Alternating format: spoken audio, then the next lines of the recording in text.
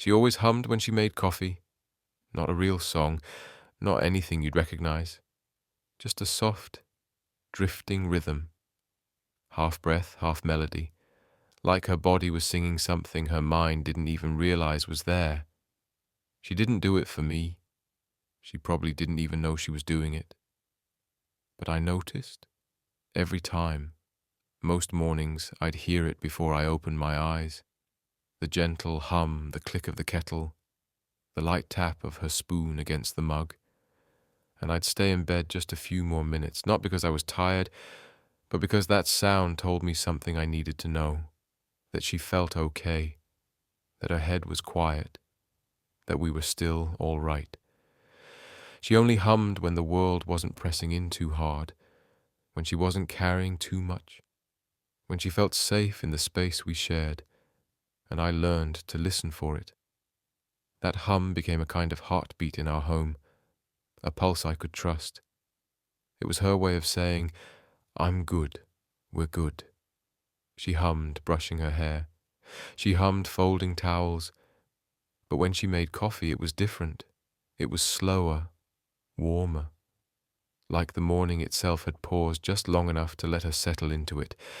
And if I walked in, she'd glance at me over her shoulder, give a smile that barely lifted her cheek, and keep humming, like I wasn't interrupting anything, like I was simply part of her quiet. And honestly, that's when I loved her most. Not when she said big things, not during holidays or anniversaries, but in those unspoken moments, when she didn't know I was listening and gave me everything without trying. That was her at peace, and that's the version of her I miss more than anything, because she doesn't hum anymore, not here, not with me. She didn't leave all at once. There wasn't a single conversation where it fell apart, just a stretch of mornings that kept getting quieter until one day she wasn't humming at all. At first I thought maybe it was stress, maybe work, maybe the seasons changing, but deep down I knew. I knew what the silence meant, and I didn't ask, didn't lean in, didn't tell her I missed it. I thought I was giving her space, but maybe I was giving her distance. There's a difference, and I learned it too late. We were still sleeping in the same bed, still saying love you, out of habit.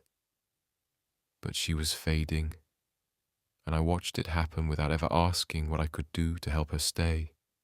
She told me, eventually, said she didn't feel like herself anymore, said she needed space, said it wasn't my fault. But when someone stops humming, something inside them has already changed, and by the time you hear the words, they've already lived through the decision.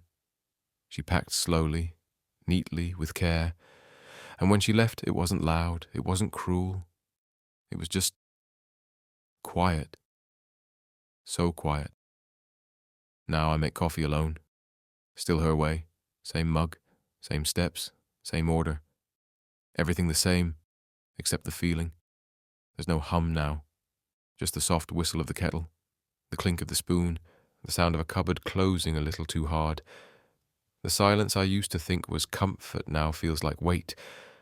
I don't hum. Can't. It wouldn't sound right. That was hers.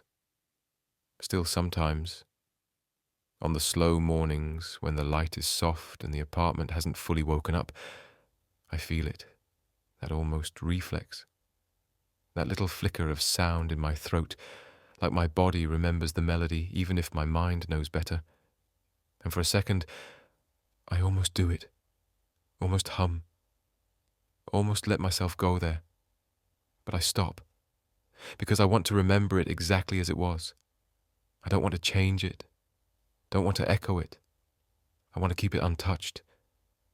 I don't know where she is now, if her mornings are warm again, if she's found someone else who brings her coffee, if her feet still slide across the floor the same way, if she still lets herself sing in the quiet. I hope so. I hope she still hums, still closes the cupboard softly, still gets lost in her thoughts without needing to explain them. still lets herself float a little before the day gets loud.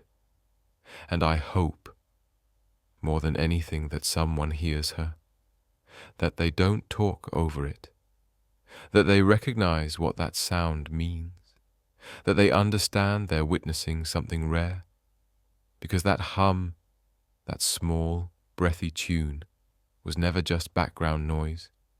It was her, the purest part, the part she only let out when she felt completely safe.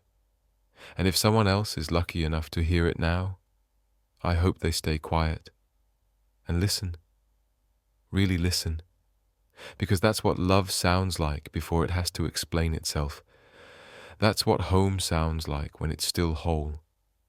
And if she's found that again, if she wakes up slow, feels steady, moves through her kitchen without bracing for impact, then I'll be okay. I don't need to hear it again, not in this lifetime, just knowing it's still out there, somewhere, in someone else's kitchen, soft and warm and unspoken. That's enough. That's more than enough.